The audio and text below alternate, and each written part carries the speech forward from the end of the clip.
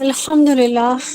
الحمد لله نحمده ونستعينه ونستغفره ونؤمن به ونتوكل به ونعوذ بالله من شرور أنفسنا ومن سيئات أعمالنا. من يهده الله فلا مضل له ومن يضلله فلا هادي له ونشهد أن لا إله إلا الله وحده لا شريك له ونشهد أن سيدنا محمدا عبده ورسوله أرسله بالهدى ودين الحق ليظهره على الدين كله وكفى بالله شهيدا. خصوص على أفضلهم وخاتم النبيين محمد الأمين وعلى آله وصحبه أجمعين وصلى الله عليه وسلم تسليما كثيرا كثيرا. أما بعد، فأعوذ بالله من الشيطان الرجيم. بسم الله الرحمن الرحيم. رب اشرح لي صدري ويسر لي أمري واحلل عقدة من لساني يفقهوا قولي. رب يسر ولا تعسر وتمم بالخير وبك نستعين. آمین ثم آمین.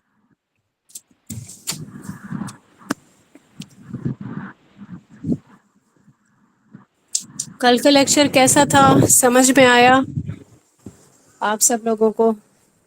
میسیجز میں اور ہینڈ ریز کر کے اپنا ریئیکشن آپ شو کر سکتے ہیں. کسی ایتھیسٹ کو ڈیل کر لیں گے، دلائل دے لیں گے آپ اسے، قائل کر لیں گے کہ جو وہ کہہ رہا ہے اور جو وہ سوچ رہا ہے اور جو چیز وہ ثابت کرنے کی کوشش کر رہا ہے وہ ٹھیک نہیں ہے.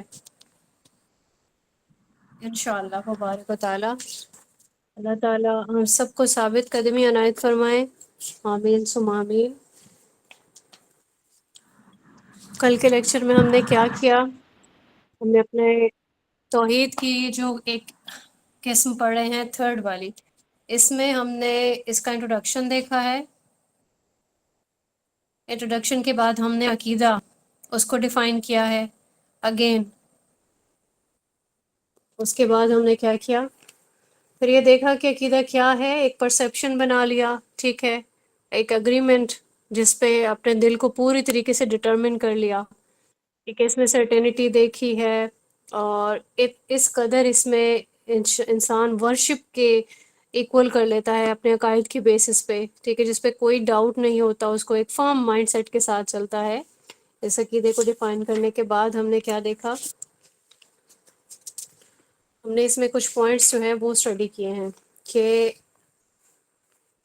ہم اپنی 5 سینسز جو ہیں، ہماری حواس خمسہ، اس کو ہم نے استعمال کہاں پہ کرنا ہے، ٹھیک ہے. تو جو بگاڑ پیدا ہو رہا ہے وہ کہاں پہ ہو رہا ہے؟ جب انسان غیب میں گھسنے کی کوشش کرنے لگتا ہے، ٹھیک ہے. جتنا اللہ تعالیٰ نے بتا دیا اس پر اکتفا کرنے کی بجائے اس سے آگے نکلنے کی کوشش کرتا ہے انسان، ٹھیک ہے. یہاں پہ ہم نے بہت اچھے طریقے سے دیکھا کہ ہمیں کچھ چیزیں ملی ہوئی ہیں اللہ تعالیٰ کی طرف سے کہ جس پر ہم نے غور و فکر کرنا ہے. عقل دی اللہ تعالیٰ نے، عقل کہاں پہ استعمال کرنی ہے؟ کائنات کی تخلیق ہوئی، ٹھیک ہے، اور جو جو چیزیں ہمیں ایک کریشن نظر آ رہی ہے تو اس سے ہم کریٹرز تک پہنچ سکتے ہیں. یہ عقل یہاں پہ استعمال کرنے میں کوئی مذائقہ نہیں ہے، کوئی گناہ نہیں ہے. تو انسان اپنی ہی تخلیق پر عقل لڑائے، کائنات کی تخلیق پر، اللہ تعالیٰ کی نعمتوں پر، ٹھیک ہے. پھر ہم نے اپنے لیکچر میں یہ دیکھا کہ ایتھیسٹ کے جتنے بھی دلائل ہیں وہ بیس لیس ہیں. ہم نے اس کو کیسے قائل کرنا ہے؟ ہم نے اس کو میڈیکل سائنس سے ایویڈنس لے کے وہاں سے قائل کر سکتے ہیں، ٹھیک ہے. پروبیبلٹیز بنا سکتے ہیں، ہم ریسرچز پر بات کر سکتے ہیں، کیسے آبجیکٹس کی جو ریسرچز ہیں اس پر بات کر سکتے ہیں. پھر فیوچر پریڈکشن کا ایک بہت اہم ایک پوائنٹ ہے کہ رسول اللہ صلی اللہ علیہ وآلہ وسلم نے بہت ساری چیزوں میں یعنی ان کو حدیث کے ذریعے سے بہت ساری چیزوں کی کچھ پریڈکشنز بھی کر دیں. وہ پریڈکشنز کیا کیا ہیں؟ بہت ساری حدیث میں ہمیں ملتا ہے کہ قرب قیامت میں فتنے جو ہیں وہ داخل ہو جائیں گے. ہماری اس دنیا میں فتنے داخل ہو جائیں گے، اور جب ہم ان احادیث کو اسٹڈی کرتے ہیں تو ہمیں بہت ساری ایسی چیزیں ملتی ہیں جو واقعتاً وقوع پذیر اب ہونے لگی ہیں. ٹھیک ہے، یہ ساری چیزیں جیسے کہ شراب عام ہے، زنا عام ہو گیا، ٹھیک ہے، حلال کرنے کے ایک جو فتنے ہیں، اب شراب کے نام بدل بدل کے استعمال ہو رہی ہے نا، زنا کو بھی بدل دیا گیا ہے، زنا کے نام بدل دیے گئے، ٹھیک ہے، لیکن اس کو حلال کرنے کے کوئی فتنے ہماری معاشرے میں شامل ہو چکے ہیں۔ پھر اس کے علاوہ دریائے فرات کا سوکھ جانا، ٹھیک ہے، دجال کا ظہور ہوگا، ایک اسلام جو ہے اس کا ایک اسٹرینج ہو جانا، اجنبی ہو جانا، ایسا بھی ہوگا۔ اور پھر ایک حدیث کے مطابق ہے کہ مومن رات کو کافر، اور جو رات کا مومن ہے وہ صبح کو کافر ہو جائے گا، یعنی ایک دن کے ایک حصے میں وہ کافر ہے اور دن کے ایک حصے میں مومن ہے۔ یہ چیز بھی دیکھی جاتی ہے کبھی کبھار، ٹھیک ہے، ایمان لانا اور اس پر قائم رہنا اس قدر مشکل ہو جائے گی، جیسے کہ کوئی ہاتھ پہ انگارہ رکھنا مشکل ہوتا ہے کسی کے لیے، ایمان پر قائم رہنا اس قدر مشکل ہو جائے گا، ٹھیک ہے۔ تو ایسے فتنے میں ہم لوگ ہو چکے ہیں داخل، کہ جس پہ ایمان پہ قائم رہنا وہ مشکل بنا دیا جاتا ہے، ٹھیک ہے۔ لوگ جو ہے وہ نیک آدمی کو یا ایماندار آدمی کو بے وقوف سمجھنے لگتے ہیں، ٹھیک ہے، بے وقوف کو اچھا سمجھا جاتا ہے، یعنی بے ایمان کو اچھا کہنا اور ایماندار کو اس کو بے وقوف سمجھنا، اس کا مذاق اڑانا، ٹھیک ہے۔ اس کے علاوہ اور بہت ساری ایسی احادیث ہیں جس میں رسول اللہ صلی اللہ علیہ وآلہ وسلم نے فیوچر کی بہت ساری پروڈکشنز بتا دیں، آنے والے وقت میں جس کو ہم کہتے ہیں قربِ قیامت میں ایسا ہو سکتا ہے، یہ ہو جائے گا، ٹھیک ہے۔ تو وہ ساری چیزیں اگر کوئی یہ بک کو اسٹڈی کرنا چاہے جس میں یہ ساری چیزیں بتائی گئی ہیں، کیسے دجال آئے گا اور 30 دجال آئیں گے، ٹھیک ہے، 30 دجال کا مطلب وہ کانا والا دجال نہیں، بلکہ جو نبوت کا دعویٰ کریں گے، ٹھیک ہے، اس قسم کے تو آنے شروع ہو گئے ہیں نا، کبھی کبھار سننے کو ملتا ہے نا۔ پچھلے دنوں کسی خاتون کا بھی ایک فتنہ تھا، اور خاتون کو جو ہم دیکھتے ہیں کہ اللہ تعالیٰ نے نبوت سے کبھی بھی سرفراز نہیں کیا ہے، ٹھیک ہے، نبی ہونے کا دعویٰ کبھی کسی خاتون کی طرف سے نہیں ہوگا، تو یہاں پہ اس خاتون کا ایک دعویٰ تھا کہ وہ نبوت کا سے وہ کرتی ہے، تعلق رکھتی ہے، اللہ تعالیٰ کی طرف سے اس کو وحی کی جاتی ہے۔ اب تو اس کے علاوہ اور بہت سارے فتنے ہیں، تو کوئی اگر یہ پڑھنا چاہے تو بک ہے علامات قیامت محمد اقبال کیلانی کی، اس کا PDF منگوا کے اس کو اسٹڈی کر سکتا ہے۔ تو یہ قربہ قیامت سے اور آنے والے جو فتنے ہیں ان سے ان کو پڑھنے کے لیے یہ بہت ہی بہترین ایک کتاب ہے۔ اس سے ہمیں یہ پتہ چلتا ہے کہ ہم کسی بھی ایتھیسٹ کو اسے یہ بتا سکتے ہیں کہ آنے والے وقت کے بارے میں پروڈکشن کر دی، ٹھیک ہے۔ اب رسول اللہ صلی اللہ علیہ وآلہ وسلم نے خود سے نہیں کی، obviously ان کو اللہ تعالیٰ کی طرف سے یہ ساری تعلیمات، ساری معلومات جو ہے وہ پہنچائی گئی تھی وحی کے ذریعے سے، تو یہ چیز ہم نے دیکھی۔ پھر کچھ اور چیزیں ہیں جس سے ہم آج کے لیکچر میں دیکھیں گے کہ پاس جو انسیڈنٹ ہوئے ہیں، یعنی کہ رسول اللہ صلی اللہ علیہ وآلہ وسلم کی آمد سے پہلے کیا ہوا۔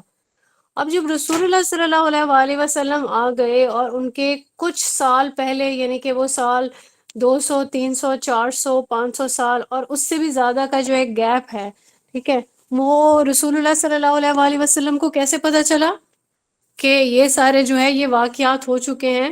obviously کریٹر نے، ہمارے رب نے، اللہ تعالیٰ نے ان کو وحی کے ذریعے سے مطلع کیا۔ آپ لوگ جانتے ہیں اصحاب کہف کا جو واقعہ تھا یہ کب ہوا؟ کیا رسول اللہ صلی اللہ علیہ وآلہ وسلم کے دنیا میں آنے سے پہلے ہوا یا بعد میں ہوا؟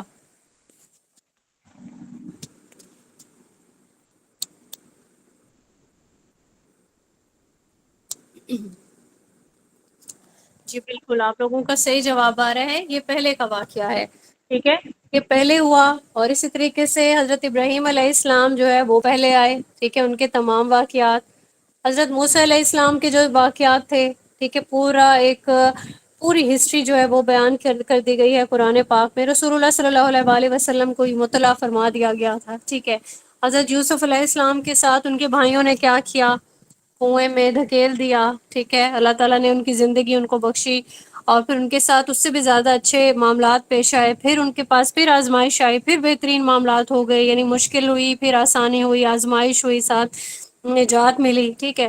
اسی طریقے سے حضرت سلیمان علیہ السلام کا جو واقعہ ہے، جادو سے ریلیٹڈ واقعہ ہے، پھر انہوں نے عمارتوں کی جو تعمیر تھی، حضرت داؤد علیہ السلام کے، یہ تمام چیزیں۔ اسی طرح سے یہودی و نصرانی، اب یہ جو تھے یہود و نصارہ، یہ کیونکہ ان کے پاس بھی شریعت تھی تو یہ بھی معلومات رکھتے تھے ان چیزوں کے بارے میں، مطلب پارشل چیزیں جتنی اللہ نے ان بکس میں بتا دیں جو الہامی کتابیں تھی، تو جتنا علم ان کو مل گیا۔ اب یہ لوگ نا ان میں سے معلومات جو تھی کافی ساری وہ جانتے تھے. اب وہ کیا کرتے، وہ جان بوجھ کر رسول اللہ صلی اللہ علیہ وآلہ وسلم کو یہ واقعات جو ہے کنوے کرنے کی کوشش کرتے کہ ایسا کیسے ہو گیا تھا، کیا اس کے بارے میں آپ کو علم ہے. یعنی نبوت پر تو شک تھا ہی ان کو. تو یہ سارے سوالات پوچھنے کی ریزن کیا ہوتی تھی کہ رسول اللہ صلی اللہ علیہ وآلہ وسلم کو جانچا جائے. تو اللہ کے نبی صلی اللہ علیہ وآلہ وسلم کو تو اللہ تعالیٰ نے صحیح واقعات بتائے تھے. ٹھیک ہے، تو رسول اللہ صلی اللہ علیہ وآلہ وسلم انہیں بتاتے کہ تمہاری کتابوں میں یہ لکھا ہوا ہے، ٹھیک ہے، لیکن یہ واقعہ تم نے اس کو خود سے بدل دیا، جبکہ مجھ پر تو یہ خبر وحی ہوئی ہے.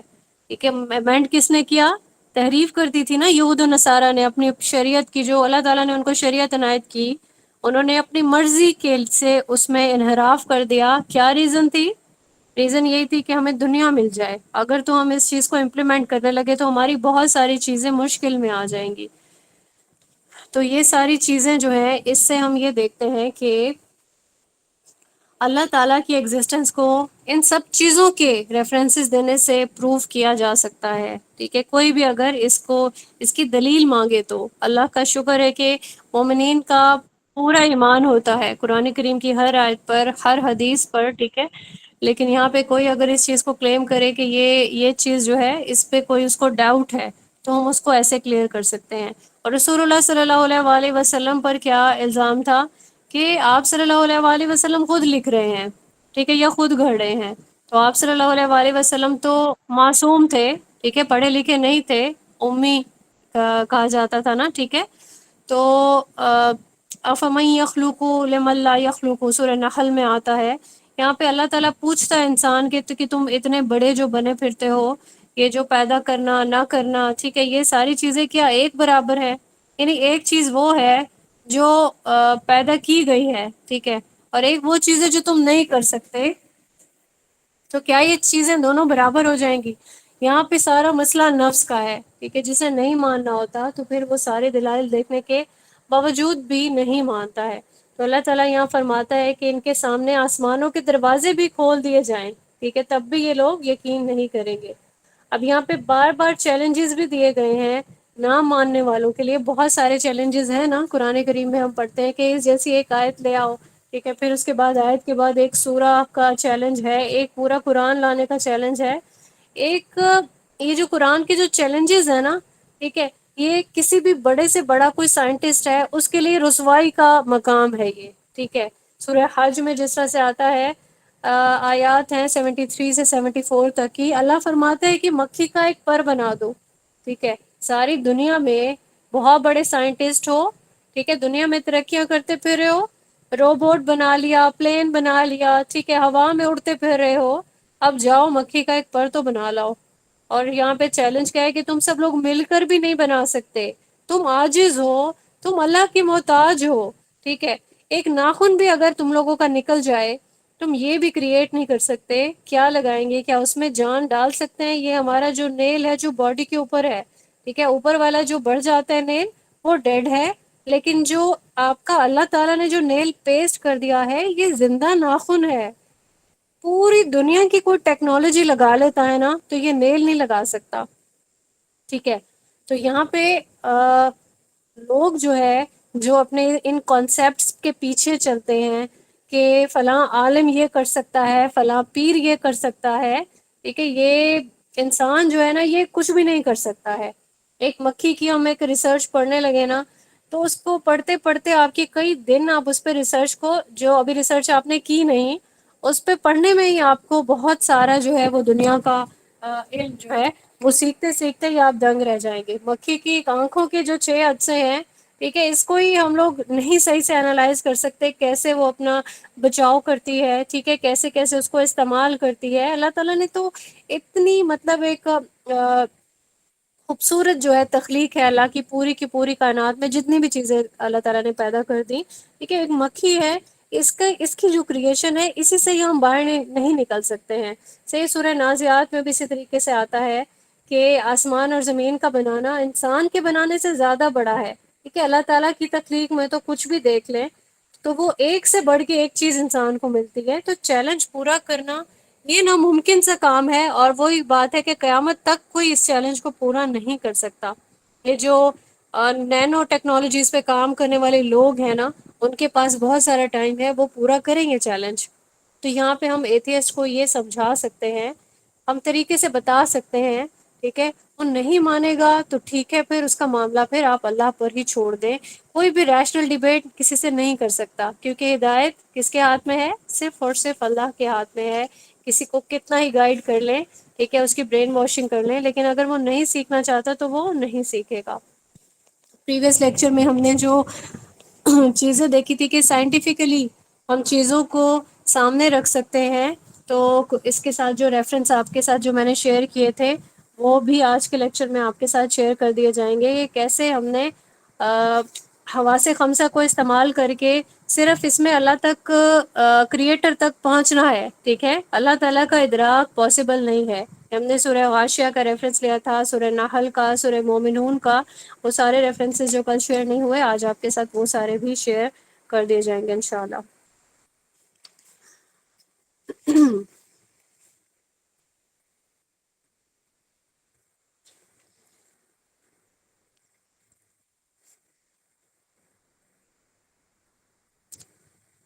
تو یہاں پہ ہم نے دیکھا کہ جتنی بھی سائنسز ہیں، ٹھیک ہے، کوئی بھی سائنس پڑھتا ہے، کوئی امبرولوجی پڑھتا ہے، ٹھیک ہے، فزکس پڑھتا ہے، کیمسٹری پڑھتا ہے، کیا یہ سارے علوم حاصل کرنے کا انسان کو حق ہے یا پھر حق نہیں ہے؟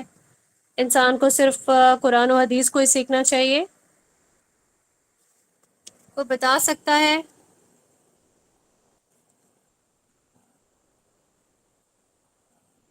جی، سمرین شہزاد کا ہے کہ ہمیں حق حاصل ہے، یہ سارے علوم ہمیں حاصل کرنے کا پورا پورا حق ہے۔ اللہ تعالیٰ نے ہمیں اختیار دیا ہے، اللہ تعالیٰ نے عقل اور فہم دی ہے، ٹھیک ہے، لیکن ہم نے کرنا کیا ہے؟ اس کو بھی انشاءاللہ ہم تھوڑی سی ڈسکشن کے ساتھ سالو کرتے ہیں۔ اللہ تعالیٰ نے ہمیں یہ ساری چیزیں ہمیں عقل اور فہم دینے کے بعد بتا دی، کیا بتایا؟ کہ یہ جو سبجیکٹس آبجیکٹس اور یہ ریسرچ ہے اینیملز پر، ٹھیک ہے، یہ کرنے کا پورا اختیار ہے، آپ کے پاس چانس ہے، ٹھیک ہے، اللہ تعالیٰ کا حکم ہے کہ نشانیاں تمہارے پاس ہیں، تم ان پر غور و فکر کرو۔ اب یہاں پہ ہم نے دیکھا کہ اللہ تعالیٰ نے قرآن کریم میں مکھی کا بھی تذکرہ کیا ہوا ہے، ٹھیک ہے، ایک شہد کی مکھی کا تذکرہ کیا ہوا ہے، ایک مکڑی کا تذکرہ کیا ہوا ہے۔ تو یہاں سے ہمیں پڑھنے کے بعد ہم لوگوں کو اس چیز کا کبھی خیال کیوں نہیں آیا کہ یہ جو اینیمل پلانٹ ہے، ٹھیک ہے، یہ اس پہ مسلمانوں کا ہی حق ہے۔ یہ جو ڈسکوری چینل ہم دیکھتے ہیں، نئی نئی چیزیں جانوروں کے بارے میں، پرندوں کے بارے میں دیکھتے ہیں، کون کیسے گھونسلے بناتا ہے، کیسا بل بن رہا ہے، ٹھیک ہے، کبھی نیشنل جیوگرافک چینل کسی کو بہت پسند ہوتا ہے تو وہ دیکھ رہا ہوتا ہے، اللہ تعالیٰ کی قدرت کو دیکھتا رہتا ہے، ٹھیک ہے، لیکن افسوس کی بات یہاں پہ یہ ہے کہ یہ ساری ریسرچز ہم نے نہیں کی، ٹھیک ہے، حالانکہ یہ کام مسلمانوں کا تھا۔ ہم نے دیکھا کہ ہمیں تو 1450 سال پہلے والی جو چیزیں ہم جن پہ آج ہم ریسرچ کے بعد اس کو ویریفائی کر رہے ہیں کہ واقعی اللہ نے تو ہمیں بہت پہلے بتا دیا تھا، ٹھیک ہے، تو ہمارے پاس اتنا بڑا ایڈوانٹیج تھا، اتنا بڑا ایڈوانٹیج تھا کہ ہم اس پہ ریسرچ کرتے اور پوری دنیا میں ہم اپنا مسلمانوں کا نام روشن کر سکتے تھے، ٹھیک ہے۔ ہم نے یہ جو سانپوں پر کام ہو رہا ہے، گائے بھینسوں پر، ٹھیک ہے، پھر اس کے بعد ان کو بہتر طریقے سے ان کی کیسے ان سے ہم نے جو نسلیں کرنی ہیں، ٹھیک ہے، پیدا ہو سکتی ہیں، اور کیسے شہد کی مکھی ہے، زیادہ بہتر طریقے سے ہم شہد کیسے حاصل کر سکتے ہیں، ٹھیک ہے، اس کے علاوہ اور بہت ساری چیزیں۔ تو افسوس کی بات یہی رہے گی کہ ہم نے اس پہ کام ہی نہیں کیا۔ کہ قرآن کریم میں ہمیں کس چیز کا ذکر نہیں ملتا؟ انسان کی پیدائش کا ملتا ہے، ٹھیک ہے، چوپایوں کا تذکرہ ملتا ہے، مکڑی کا ذکر ملتا ہے۔ اب یہاں پہ کیا کیا کہ افسوس کے ساتھ یہ کہنا پڑے کہ جو دین کا جو علم ہے اس کو ہم سب نے مل کے نماز اور روزے کی حد تک رکھ دیا، ٹھیک ہے، اسپیسیفائی کر دیا یہ دین ہے، یہ عبادت ہے، ٹھیک ہے، اس کے ارد گرد گھومتے رہو، یہی بیسک ہے، اس کے علاوہ اور کہیں تک نہیں پہنچنا، ٹھیک ہے۔ تو یہ عالم کا کیا صرف یہی کام ہے کہ وہ قرآن کو اور حدیث کو ہی صرف اور صرف اسی پہ ہی غور و فکر کر کے اور جو لوگ ہیں ان کو تلقین کرتا رہے، ٹھیک ہے، لیکن اس کا دائرہ بہت وسیع ہے۔ عالم کیا ہوتا ہے؟ ٹھیک ہے، جو علم رکھتا ہے، غور و فکر کرتا ہے، اور اس کے علاوہ کیا کرے گا؟ وہ غور و فکر کی دعوت بھی دے گا، یہ نہیں کہہ رہی ہوں کہ نماز روزے کی اہمیت نہیں ہے، فرائض ہیں، ٹھیک ہے، فرائض کے علاوہ انسان اور چیزوں پر غور و فکر کرتا ہے، دنیا کا کوئی بھی علم سیکھ سکتا ہے، ٹھیک ہے، پھر اس کے بعد اس کو قرآن سے ویریفائی بھی کر سکتا ہے۔ تو دنیاوی علوم جتنے بھی انسان سیکھے، منع نہیں کیا گیا، ٹھیک ہے، لیکن نیت کیا ہونی چاہیے، اس کو ضرور اپنے مائنڈ میں رکھے ہر انسان کہ خالصتاً اللہ تعالیٰ کی رضا کی نیت سے تمام علوم کو سیکھے، ٹھیک ہے۔ میں کوئی ڈاکٹر بن رہی ہوں تو مجھے یہ اس علم کو سیکھنے کے بعد میں اللہ تعالیٰ کا کلمہ بلند کروں گی، ٹھیک ہے، میں اپنے دین کے لیے سپورٹیو بنوں گی، اور پھر اس کو جب ڈور بن جائے گا کچھ بھی تو اس کے لیے بہت ساری راہیں کھل جائیں گی، ٹھیک ہے، وہ یہ چیلنج ایکسیپٹ تو کرے نا۔ ایک بہت بڑی خدمت ہے کہ دین کا جو کام ہے وہ صرف عالم کا نہیں ہے، ہر انسان کا ہے۔ تو جتنے علوم بھی دنیا میں موجود ہیں، کوئی بھی علم جو ہے وہ حاصل کیا جا سکتا ہے، یہ بھی مائنڈ میں رکھتے ہوئے کہ افضل جو علم ہے وہ علم القرآن ہے، ٹھیک ہے، دین کا جو علم ہے اس کو سیکھیں، اس کو سیکھنے کے بعد سکھائیں، پھیلائیں آپ، لیکن کسی بھی فیلڈ میں ہو، ایسا نہیں ہے کہ آپ پھر کچھ اور پڑھ نہیں سکتے، آپ سائیکالوجسٹ بن سکتے ہیں، آپ زیادہ بہتر طریقے سے قرآن کو مد نظر رکھتے ہوئے، حدیث کو مد نظر رکھتے ہوئے آپ اپنے پیشنٹس کو ٹریٹ کر سکتے ہیں، ٹھیک ہے، میڈیکل کے کسی فیلڈ میں ہو سکتے ہیں، یعنی کوئی بھی علم، وہ اناٹمی ہو سکتا ہے، فزیولوجی ہو سکتا ہے، ٹھیک ہے، اپنے آپ کو اس علم کو سیکھنے کے بعد اس میں انہینس کریں، اور اس کے بعد کرنا کیا ہے، وہ آپ کے پاس آپ کی نیت موجود ہے کہ دین کا کلمہ میں نے اس علم کے ذریعے سے بلند کرنا ہے، ٹھیک ہے، تو دین کا کام کرنے کے لیے صرف عالم نہیں رہ گئے، ٹھیک ہے۔ اب یہ والی جو ہمارا ایک کانسیپٹ ہے کہ صرف ایک عالم ہی ہے، ہر ایک انسان کی ذمہ داری ہے یہ کہ وہ دین کا کام کرے گا، صحیح ہے۔ اب یہ کوئی اسپیسیفک نہیں ہو گیا کہ صرف ہے جو ایک عالم بن گیا، ٹھیک ہے، اس نے دین کے علم کو اجاگر کرنا ہے، اس میں جو ہے وہ دوسروں تک پھیلانا ہے، بلکہ اس کا یہ کام ہے کہ اس علم کو مزید لوگوں کے اندر اس کا انٹرسٹ پیدا کرے، ٹھیک ہے، پورے جو ایک جس کو ہم کہتے ہیں کہ پروفیشنلی اگر ہم یہ دیکھیں کہ عالم کی ایبسنس بھی، ٹھیک ہے، وہ ہمارے لیے ایک بہت بڑا ایک جو ڈینجرس بات ہو جائے گی، ٹھیک ہے، ایک جس طرح سے کہتے ہیں کہ ایک کوشچن مارک ہو جائے گا، کیونکہ پورا جو ایک کانٹینٹ ہے اس کو پریزرو کرنا بھی ایک عالم کا ہی کام ہے، اگر کانٹینٹ نہیں پریزرو ہوگا تو پھر دوسرے لوگوں تک یہ علم کیسے پہنچے گا، مزید عالم بھی نہیں آئیں گے۔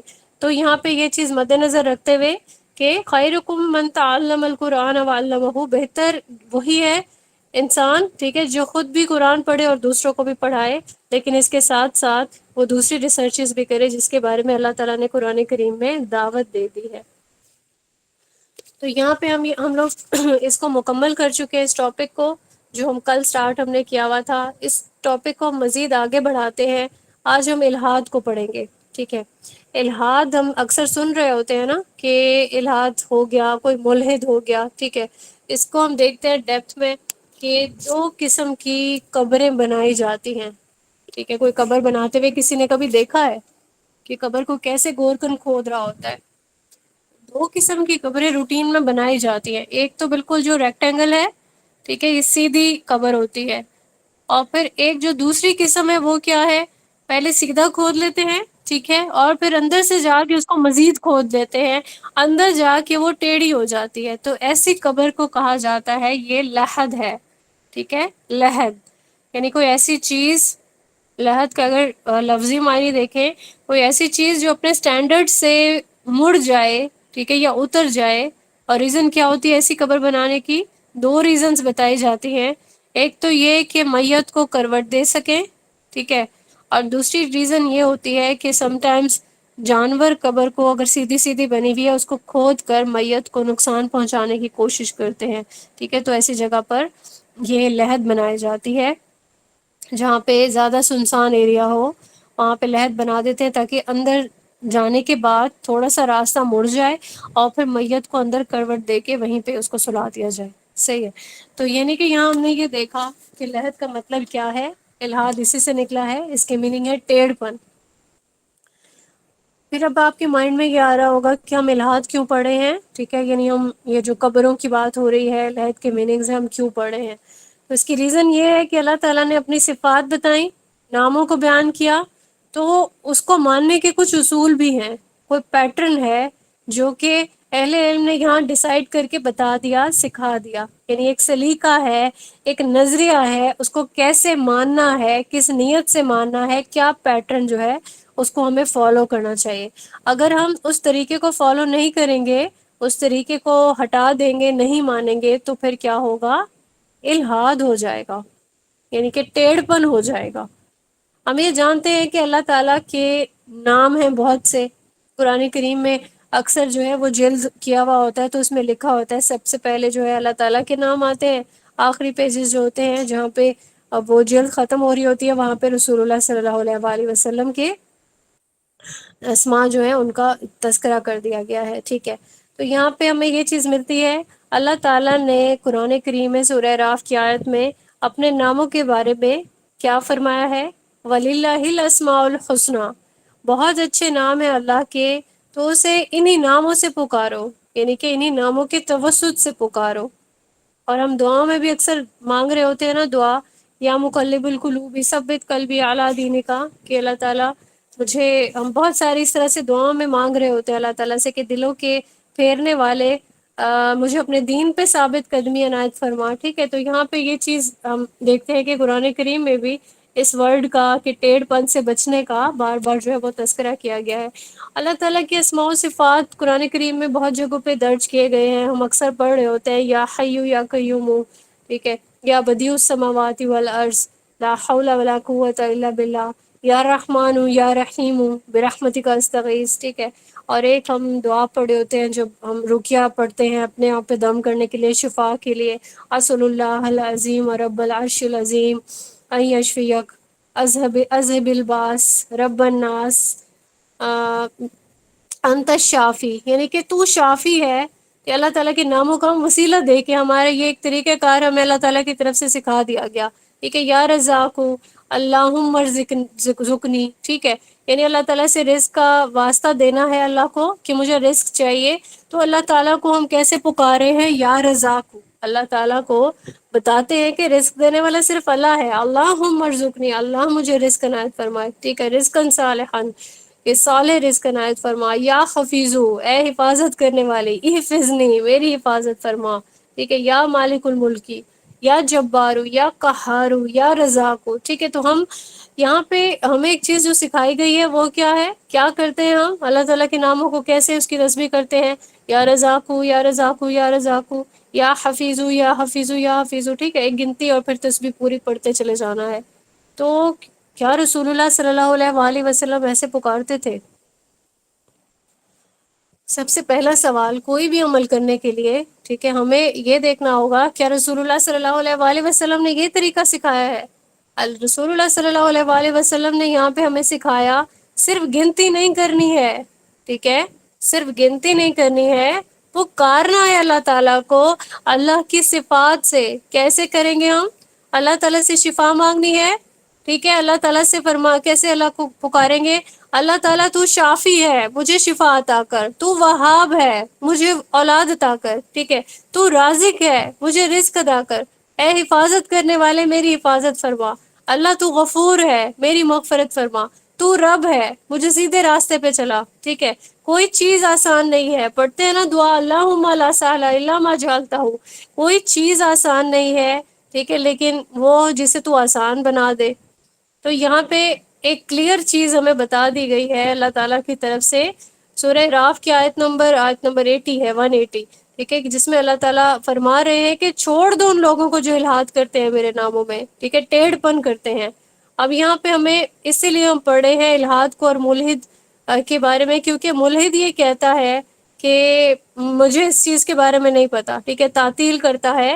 اب جیسے پچھلے لیکچر میں بھی ہم نے دیکھا کہ ہمارے باؤ اجداد جو ہے بندر تھے، یہ ملحد کا یہی اوپینین ہے، اسی پہ قائم رہتا ہے، ٹھیک ہے، تو انہیں ہمیں بتانا ہوگا یہ انحراف کرنا، یہ بدلنا، ٹھیک ہے، سیدھے راستے کو چھوڑ کر مڑ جانا، ٹیڑھا پن کرنا، ٹھیک ہے، یہ ساری چیزیں کیا ہیں؟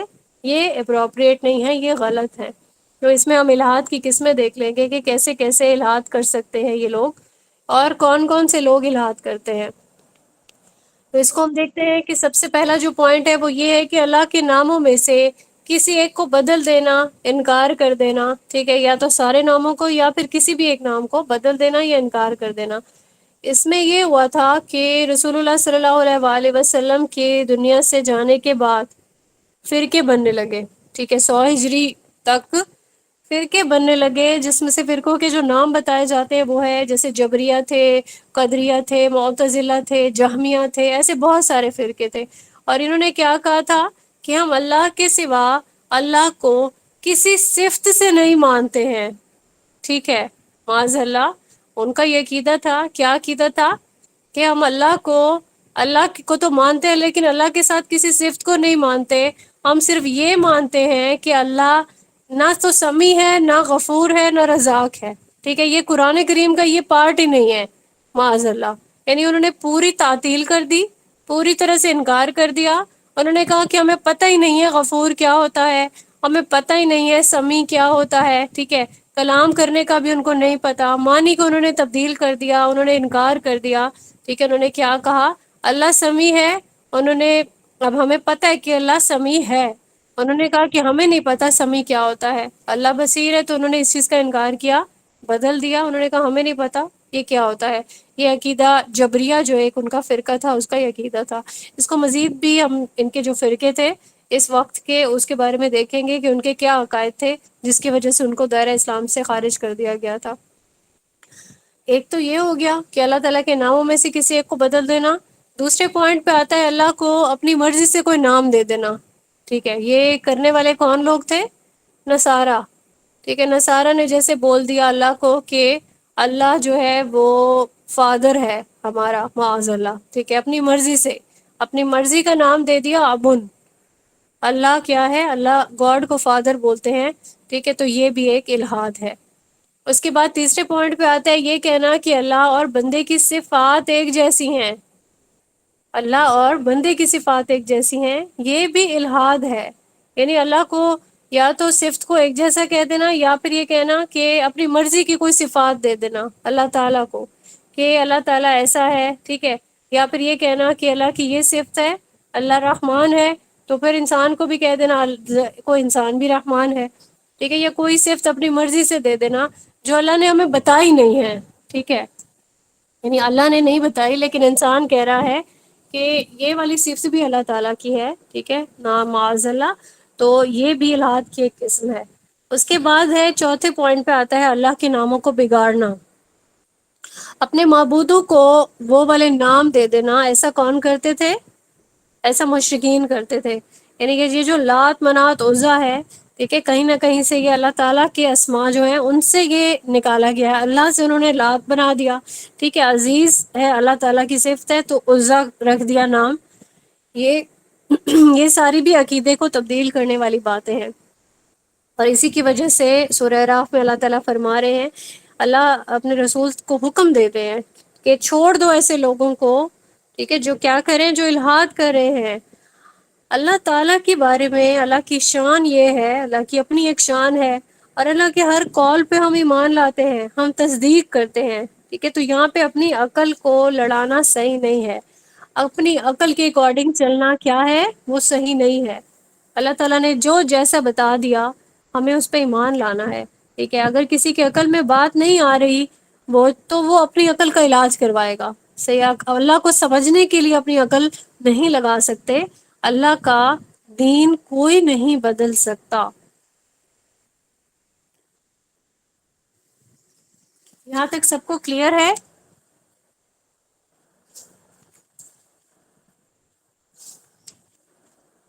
یہاں پہ ہم ایک سوال جو ہے اس کو میں آپ سب لوگوں کے ساتھ پوچھنا چاہوں گی، سب لوگوں سے۔ اللہ تعالیٰ کی ایگزسٹنس کے بارے میں سب لوگوں کے عقائد جو ہے وہ ڈیفرنٹ آتے ہیں، ٹھیک ہے۔ اگر یہاں سے ایک سوال پوچھا جائے آپ سب لوگوں سے کہ اللہ کہاں ہے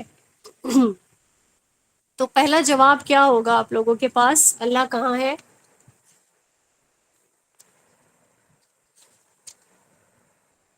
ہر جگہ موجود ہے، ٹھیک ہے۔ تائش کہہ رہی ہیں ہر جگہ موجود ہے۔ آمنہ سمو کا کیا جواب آیا ہے؟ شہرک کے قریب ہے، ٹھیک ہے۔ یہ دو عقیدے ہو گئے۔ صدف کہہ رہی ہیں ہر جگہ ہے، شگفتہ کہہ رہی ہیں عرش پر ہے، نازیہ کہتی ہیں ہمارے دل میں ہے، دل کے اندر۔ روما کہتی ہیں کہ اللہ پاک ہر جگہ ہے، ٹھیک ہے، اللہ ہر جگہ موجود ہے۔ زیادہ لوگ کہہ رہے ہیں کہ ہر جگہ موجود ہے. ہر جگہ موجود ہونے سے کیا ہوگا؟ ہمارے کمرے میں، ہمارے ساتھ ہمارے لاؤنج میں، ٹھیک ہے، ہر ایک جگہ،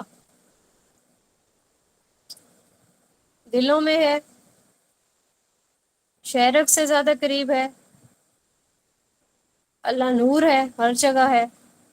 ٹھیک ہے. اب یہاں پہ یہ دیکھیں کہ اللہ ہر جگہ موجود ہے. قرآن کریم میں اس طرح کی آیات موجود ہیں، ٹھیک ہے، لیکن ہم اس کو کس طریقے سے ہم لیتے ہیں، یہ سمجھنے کی بہت اشد ضرورت ہے.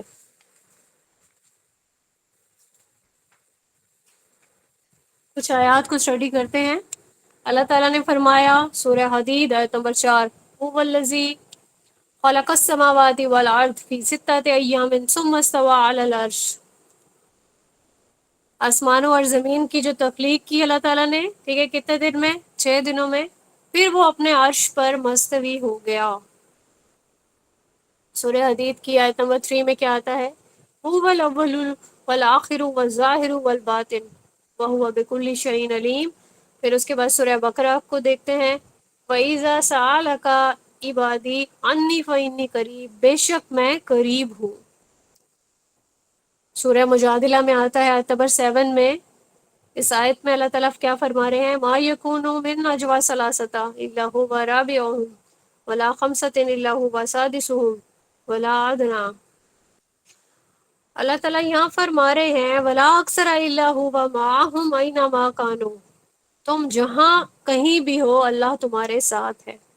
ٹھیک ہے. ایک اور آیت ہے سورہ قاف کی، وَلَقَدْ خَلَقْنَا الْإِنسَانَ وَنَعْلَمُ مَا تُوَسْوِسُ بِهِ نَفْسُهُ وَنَحْنُ أَقْرَبُ إِلَيْهِ مِنْ حَبْلِ الْوَرِيدِ، اور ہم تمہاری شہرگ سے بھی زیادہ قریب ہیں.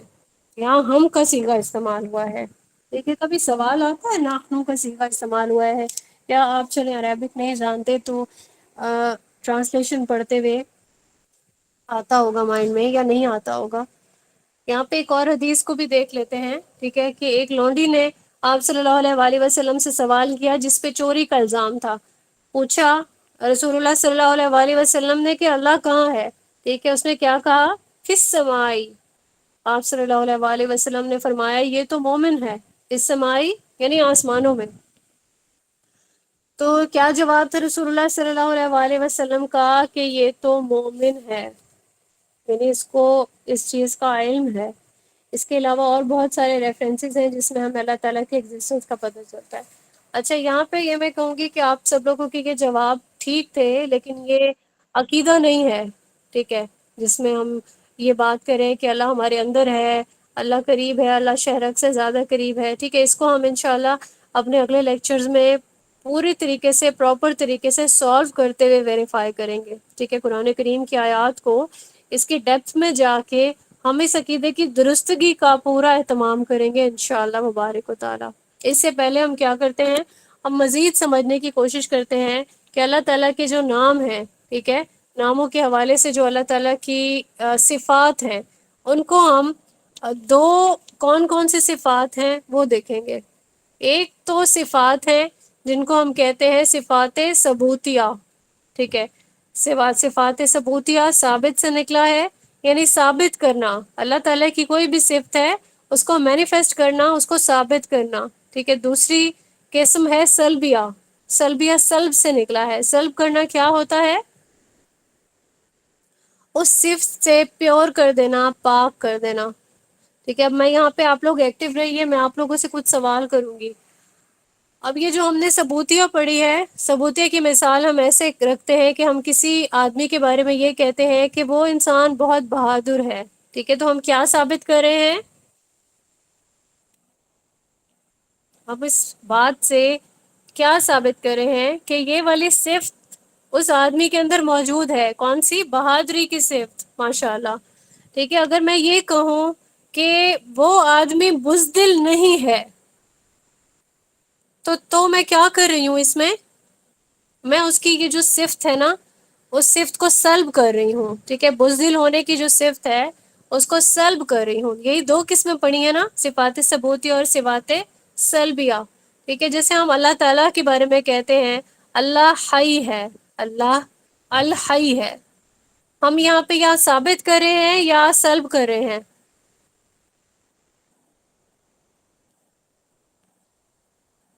ہم ثابت کر رہے ہیں، ماشاء اللہ، بالکل ٹھیک جواب دے رہے ہیں آپ سب لوگ۔ اور اگر ہم یہ کہتے ہیں، ہم پڑھتے ہیں جیسے کہ اللہ کو کبھی موت نہیں آئے گی، ٹھیک ہے، یہ کون سی صفت ہے؟ یہ ثبوتیہ ہے یا سلبیہ ہے؟ بالکل، ماشاء اللہ افشا عمران، اس میں ہم نے سلب کر لیا، پیوریفائی کر لیا اس صفت کو۔ کون سی؟ موت والی جو صفت ہے، اللہ تعالیٰ کے لیے یہ والی صفت نہیں ہے، ٹھیک ہے۔ اگر ہم یہ کہتے ہیں کہ فلاں آدمی بہادر ہے، ٹھیک ہے، لیکن ہم کہتے ہیں کہ صرف وہی بہادر ہے، ٹھیک ہے، اس میں ہم نے کیا کیا؟ ہم نے اس جملے میں نا وزن زیادہ پیدا کر لیا۔ اب یہاں پہ ہم نے جب اللہ تعالیٰ کے لیے کوئی بھی صفت ہم دیکھ رہے ہوتے ہیں، بول رہے ہوتے ہیں، پڑھ رہے ہوتے ہیں، تو یہاں پہ دو اس کی قسمیں ہوتی ہیں۔ اللہ کی ہم حمد بھی بیان کر رہے ہوتے ہیں، ٹھیک ہے، اللہ تعالیٰ کی تسبیح بھی کر رہے ہوتے ہیں، صحیح ہے۔ حمد بیان کرتے ہیں مطلب ہم ثابت کر رہے ہوتے ہیں ایک تعریف کو، اللہ رحمان ہے، اللہ رحیم ہے، اللہ غفور ہے، ودود ہے، شکور ہے، محیط ہے، ٹھیک ہے، یہ کیا ہے؟ ہم کیا کر رہے ہیں؟ ہم ثابت کر رہے ہیں، ٹھیک ہے۔ اور اس کے بعد ہے ہم کہتے ہیں کہ اللہ کو کبھی موت نہیں آئے گی، ٹھیک ہے، کیونکہ اللہ کامل ہے، اللہ میں کوئی نقص ہے ہی نہیں۔ تو اس میں ہم نے کیا کیا؟ ہم نے اللہ کی تسبیح کی، یعنی اللہ تعالیٰ کو ہر کسی بھی ایپ سے ہم نے پاک کر لیا، اللہ کی تسبیح کر دی، ٹھیک ہے۔ تو یہاں پہ یہ ہے کہ ہم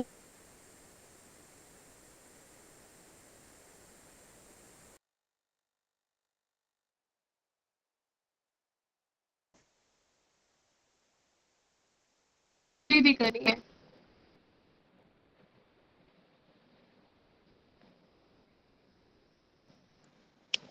تو یہاں پہ ہم یہ دیکھتے ہیں، جب ہم پڑھ رہے ہوتے ہیں سبحانہ و تعالی عما یشرکون، پاک ہے وہ ہر اس چیز سے جو شرک یہ کرتے ہیں، ٹھیک ہے، مجھے کیا کرتے ہیں؟ مشرک یہ کہتے ہیں کہ ہم نے قبر سے مانگ لیا، ٹھیک ہے، قبر کے آگے جھک جاتے ہیں، تعویذات، انگوٹھیاں، دھاگے، ٹھیک ہے، چھلے، شجر سے مانگنا، ولیوں سے مانگنا، ٹھیک ہے، ان کے یہ عقائد ہے، چاند، سورج، یہ ساری چیزیں۔ اللہ کیا فرماتا ہے؟ اللہ فرماتا ہے میں پاک ہوں ان چیزوں سے، مجھے کوئی فرق نہیں پڑتا، میری ذات کامل ہے، میں محتاج نہیں ہوں ان چیزوں کا۔ اللہ لا الہ الا ہو، اللہ وہ ہے، کوئی معبود نہیں سوائے اس کے، ٹھیک ہے، یعنی کوئی معبود ثابت نہیں ہو سکتا، کس کے لیے؟ اللہ تعالیٰ کے لیے۔ اللہ نے یہاں خود اپنی حمد کی ہے، وتوکل علی الحی، ٹھیک ہے، اور توکل کرو الحی پر۔ اب حی جو صفت ہے، یہ کون سی صفت ہے؟ حی ایک ثبوتیہ صفت ہے، ٹھیک ہے، اللہ زندہ ہے، کیسا زندہ ہے؟ لا یموتو، یعنی سلب کر لی موت والی صفت کو کہ اسے موت نہیں آئے گی۔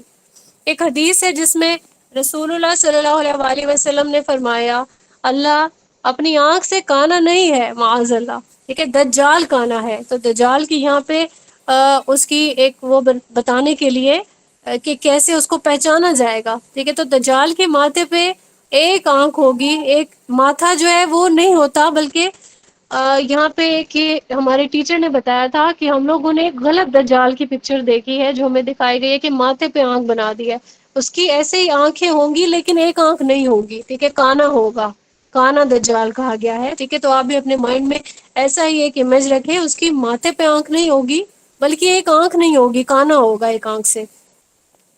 چلے یہ چیز ہم دیکھتے ہیں کہ پھر اللہ تعالیٰ کی جو صفت یہاں پہ بیان کی گئی ہے کہ اللہ تعالیٰ کی یہاں پہ سلب کی ہے نا یہ والی صفت، یہ کانے والی، ٹھیک ہے، تو اس مثال سے بھی ہم سمجھ سکتے ہیں۔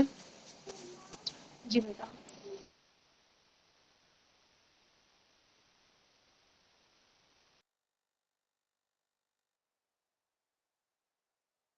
ایک ہے کہ تعلق ہے جس میں اللہ تعالیٰ کی ذات سے، دوسری قسم ہے تعلق جس میں ہے اللہ تعالیٰ کے فعل سے، ٹھیک ہے، کیا کیا دو قسمیں ہیں؟ اللہ تعالیٰ کی ذات سے اور اللہ تعالیٰ کے فعل سے۔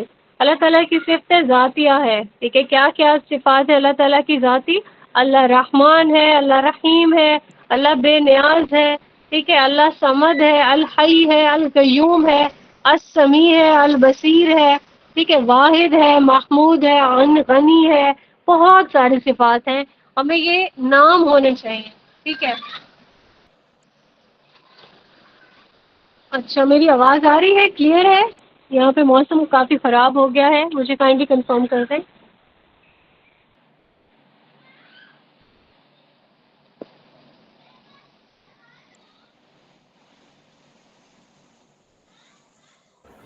جی آپ کی ہمارا آواز کلیئر ہے۔ اچھا چلیں ہم آگے دیکھ لیتے ہیں انشاءاللہ، لیکچر کو کمپلیٹ کر لیتے ہیں یہاں پہ۔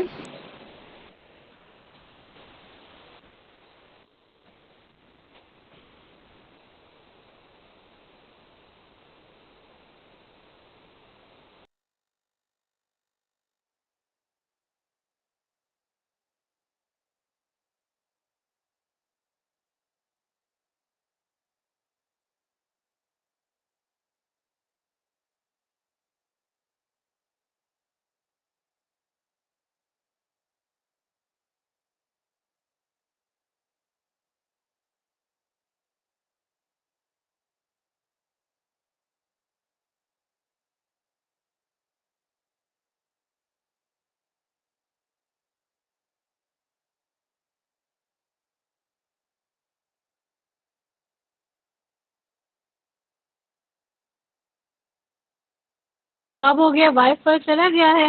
اگر 1 منٹ چلیں ہم یہاں پہ اپنے لیکچر کو کمپلیٹ کر لیتے ہیں، کل انشاءاللہ اس کو کنٹینیو کریں گے، ٹھیک ہے؟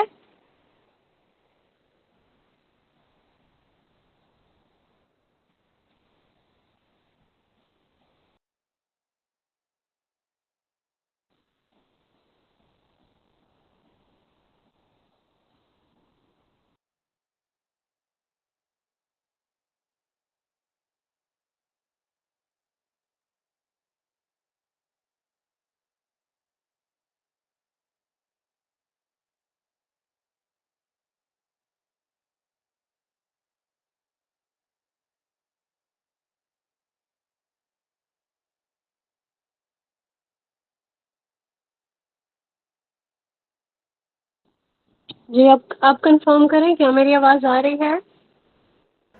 جی آواز آ رہی ہے آپ کی ہمارا۔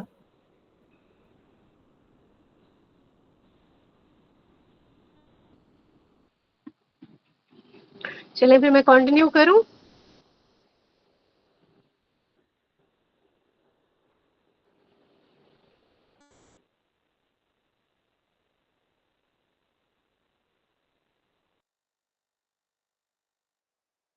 جی جی کریں آپ، اللہ ہے، آواز آ رہی ٹھیک ہے، اللہ بھیجنے والا ہے، تو کیا ہم یہ سارے نام اللہ تعالیٰ کو خود سے دے سکتے ہیں صفات کو مد نظر رکھتے ہوئے؟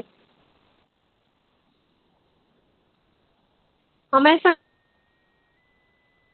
اللہ تعالیٰ کو کوئی بھی نام نہیں دے سکتے ہیں کسی بھی صفت کو مد نظر رکھتے ہوئے۔ ہم نہیں کہہ سکتے کہ ہم یہ نہیں کہہ سکتے کہ اللہ کلام کرتا ہے تو اللہ تعالیٰ قائل ہے، ٹھیک ہے، اللہ بنانے والا ہے تو خود سے ہم نام دے دیں اللہ جائل ہے، ٹھیک ہے، جائل ہوں، ہم نہیں کہہ سکتے۔ ریزن کیا ہے؟ کیونکہ اللہ تعالیٰ نے یہ صفات اپنی نہیں بتائی ہیں خود۔ ہم ان صفات کو مانیں گے کہ جو اللہ تعالیٰ نے ہمیں بتا دی، ٹھیک ہے، اور باقی جو صفات ہمارے سامنے ہیں ان کے بارے میں ہم کیا عقیدہ رکھیں گے؟ یہ قرآن و سنت کا ایک بہت ہی گہرا اصول ہے جو ہمیں ہمیشہ یاد رکھنا چاہیے کہ ایک تو وہ چیز ہے جس کا ہم ادراک کر سکتے ہیں، ٹھیک ہے، ہماری سینسز اسے ٹٹول سکتی ہیں، ان چیزوں کا ادراک ہم کر سکتے ہیں، ہمارے ناک کان آنکھ، ٹھیک ہے۔ ایک وہ دنیا ہے جس کے بارے میں ہمیں صرف خبر دی گئی ہے، ٹھیک ہے، ہمیں اس کی عقل نہیں ہے، ہمیں اس کی، تو اس کے بارے میں ہم اس تک نہیں پہنچ سکتے، اس کے بارے میں ہم عقل کے جو گھوڑے ہیں وہ نہیں دوڑا سکتے۔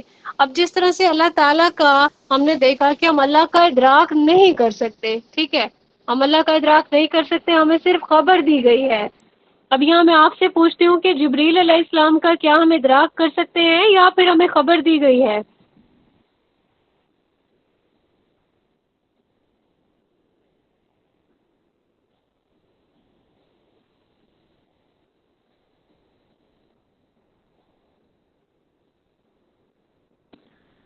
آپ لوگوں کے میسیجز نہیں آ رہے ہیں، ٹھیک ہے، یہاں پہ میں آپ لوگوں کو بتاتے چلوں کہ جبریل علیہ السلام کے بارے میں ہمیں خبر دی گئی ہے، ٹھیک ہے، ہم ادراک نہیں کر سکتے۔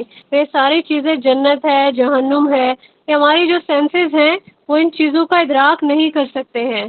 تو اللہ تعالیٰ کے بارے میں بھی ہمیں خبر دی گئی ہے، جبریل علیہ السلام کے بھی بارے میں، جنت ہے، جہنم ہے، ان سب چیزوں کا ادراک ہمارے لیے پاسبل نہیں ہے، ٹھیک ہے، ہمیں ان کی خبر دی گئی ہے، تو ہم یہ کیا کرتے ہیں، ہم اس پوائنٹ پہ آ کے ہم ان سب چیزوں کو مان لیتے ہیں جس کے بارے میں ہمیں خبر دی گئی ہے، ہم بحث نہیں کرتے ہیں، ٹھیک ہے کہ نہیں، ہماری عقل جو ہے وہ اس بات کو تسلیم نہیں کرتی ہے، بلکہ ہمیں کرنا کیا ہے، ہمیں کہنا ہے آمنا وصدقنا، ٹھیک ہے، جیسے حضرت ابوبکر صدیق نے بالکل اسی اسٹریٹجی کو اپنایا تھا.